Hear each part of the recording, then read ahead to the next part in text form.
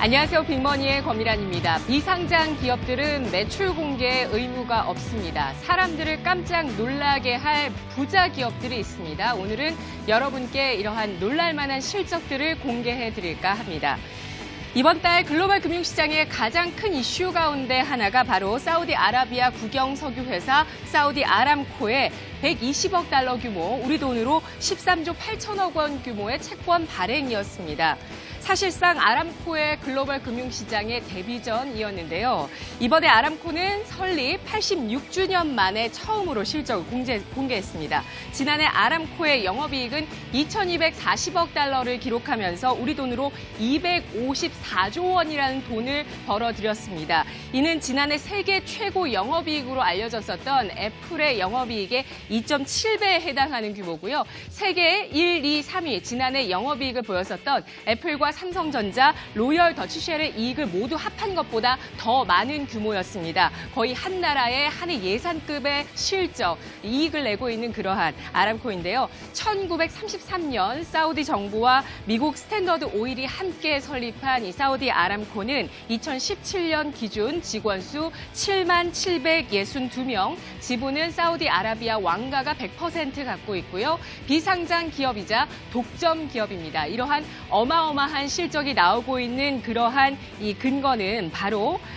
이 사우디에 매장이 되어 있는 2,665억 규모의 2,665억 배럴 규모의 이 원유를 독점적으로 생산하고 있는 그러한 독점력에 있는데요. 사우디에서 유일하게 원유를 생산하고 있는 기업이고 사우디아라비아 국가 세금의 70%를 내고 있는 기업입니다. 바로 이러한 기업이 글로벌 채권 시장에 데뷔를 하게 되자 역대 최대 규모의 돈들이 몰리면서 1,000억 달러가 이 채권을 사겠다고 몰려들었습니다. 아람코는 이번 채권 발행으로 인해서 14조 원의 자금을 조달해서 석유 화학 기업을 인수할 예정인데요. 바로 사빅입니다. 사빅의 지분 70%를 사우디 국부 펀드로부터 사들일 계획입니다.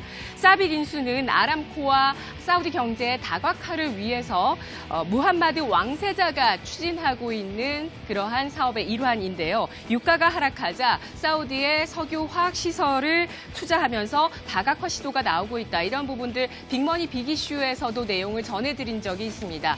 원유 생산에 그치지 않겠다. 생산에서부터 가공까지 통합적인 사업 구조를 모두 갖추게 되면서 사우디와 사우디 아람코 바로 이러한 다각화된 사업 구조로 거듭나겠다는 계획을 갖고 있고요. 2021년에 IPO를 계획하고 있습니다. 글로벌 투자 은행들이 추정하고 있는 아람코의 지분 가치는 2조 5천억 달러 규모, 우리 돈으로 2,900조 원 규모입니다. 세계 시가총액 1위의 애플의 4배 이상이고요. 역사상 최대 규모의 IPO가 기다리고 있습니다.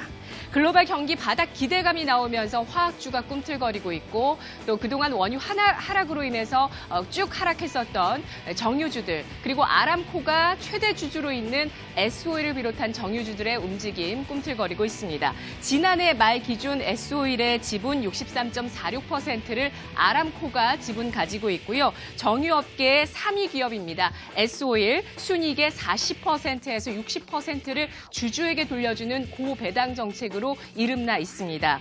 아람코는 연간 3천억 원에서 4천억 원의 배당 금액을 S오일로부터 가져갔었는데요. 어떠세요? 현재 주가입니다. 지난해 1월부터 현재 살펴보고 계시는데요. 현재 주가에 진입을 한다면 하락하는, 손해보는 그러한 가능성보다 시세 차익에서도 수익을 볼 수 있는 가능성들, 연말까지 보유를 했을 때 배당금을 챙겨갈 수 있는 아람코 따라하기가 가능한 구간 지금 아닐까 하는 생각을 해봤습니다. 전 세계 여성들의 로망, 명품 브랜드 샤넬은 2017년에 처음으로 실적을 공개했습니다. 프랑스의 자존심, 프랑스의 자부심, 그리고 자랑이기도 하죠. 프랑스 유수 박물관에 가보시면 가브리엘 코코 샤넬 여사의 여러 흔적들을 박물관에서 찾아보실 수가 있는데요. 설립 108주년 만에 처음으로 오픈한 2010 2017년 실적은 매출 96억 달러, 10조 원대 규모였고요. 전년 대비 10%의 성장률을 보였습니다.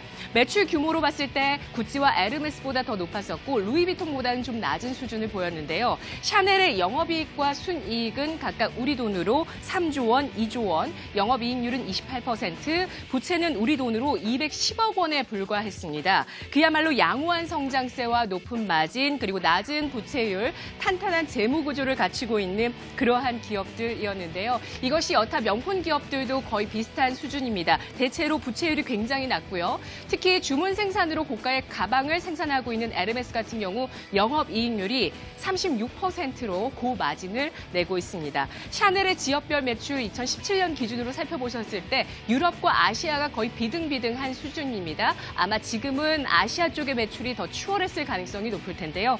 여러 차례 알려드렸었지만 올해 들어서 소비재의 주의 강세는 글로벌적입니다. 그리고 명품 브랜드 주가 강세가 이어지고 있는데요. 현재 보시다시피 루이비통, 에르메스, 디올, 또 구찌를 갖고 있는 캐링, 이러한 종목군들의 주가가 연초부터 지금까지 20%의 상승률을 보이고 있습니다. 중국인들의 명품 소비 확산이 핵심 성장 동력이 되고 있고요. 소비 트렌드 양극화가 일어나면서 싼 그런 소비재들도 많이 사지만 이런 고가의 명품 브랜드의 소비는 지속적으로 증가세, 성장세를 보여주고 있습니다.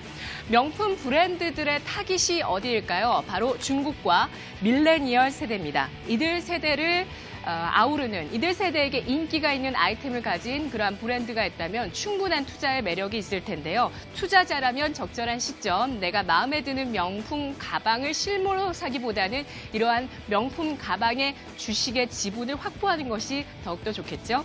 얼마 전 시대의 화두로 꼽아들인 세 가지가 있습니다. 바로 생존, 독점, 산업의 경계를 허무는 그러한 융합입니다. 이러한 매개에 맞닿아 있는 기업입니다. 이 기업은 이틀 만에 이익을 10조 원을 냈습니다. 더 정확하게 얘기하자면 이틀 만에 시가총액이 10조 원이 불어났습니다. 바로 손정희 회장이 이끄는 소프트뱅크입니다. 소프트뱅크는 우버의 지분을 현재 최대로 갖고 있는 최대 주주고요. 16.3%의 지분을 갖고 있습니다. IPO 신청서를 제출했다라는 우버의 소식에 따라서 11일 소프트뱅크의 주가는 일본 주식시장에서 5.3%, 12일에도 4.9%가 올랐습니다. 이 이틀 동안 시가총액이 1조 엔가량 늘어났는데요. 소프트뱅크의 올해 들어서의 주가 상승률 60%에 달합니다. 현재 일본 주식시장을 이끌고 있는 주도주적인 역할을 하고 있습니다. 블룸버그 통신의 전망에 따르면 손 회장이 우버에 투자한 금액은 77억 달러, IPO 완료 이후에는 지분 가치가 2배 올라갈 것이다라고 전망을 하고 있고요. 이미 소프트뱅크가 이끄는 비전 펀드 등 스타트업에 투자하고 있는 이러한 투자 펀드들이 기록한 수익은 지난해 말 기준 원금 대비 3배 수준입니다. 매 분기 실적에서 비전 펀드와 관련되어 있는 실적 추이들을 확인해 보실 수가 있고요. 빅머니, 비전 펀드, 빅머니, 소프트뱅크 이렇게 검색하시면 영상을 찾아보실 수 있습니다. 4차 산업혁명 먹이사슬의 최상단에 놓이겠다라는 야심을 갖고 있는 소프트뱅크, 이 기업의 지분을 갖고 있는 건 그 야심에 함께 동참하는 것이 될 겁니다. 마지막으로 압도적인 영업이익률 93%를 찍고 있는 기업이 있습니다. 실화입니다. 바로 국내 게임사 네오플의 실적인데요.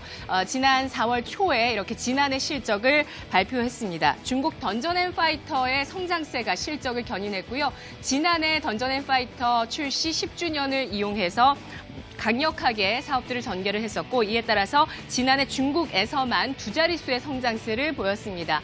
매출이 1조 3,055억 원 그리고 영업이익이 1조 2,156억 원을 기록하면서 93%의 마진을 낸 기업입니다. 부자 기업들의 지분 확보 작전 빅먼입니다. 이 시각 시황 함께 하겠습니다. 김도원 아나운서입니다.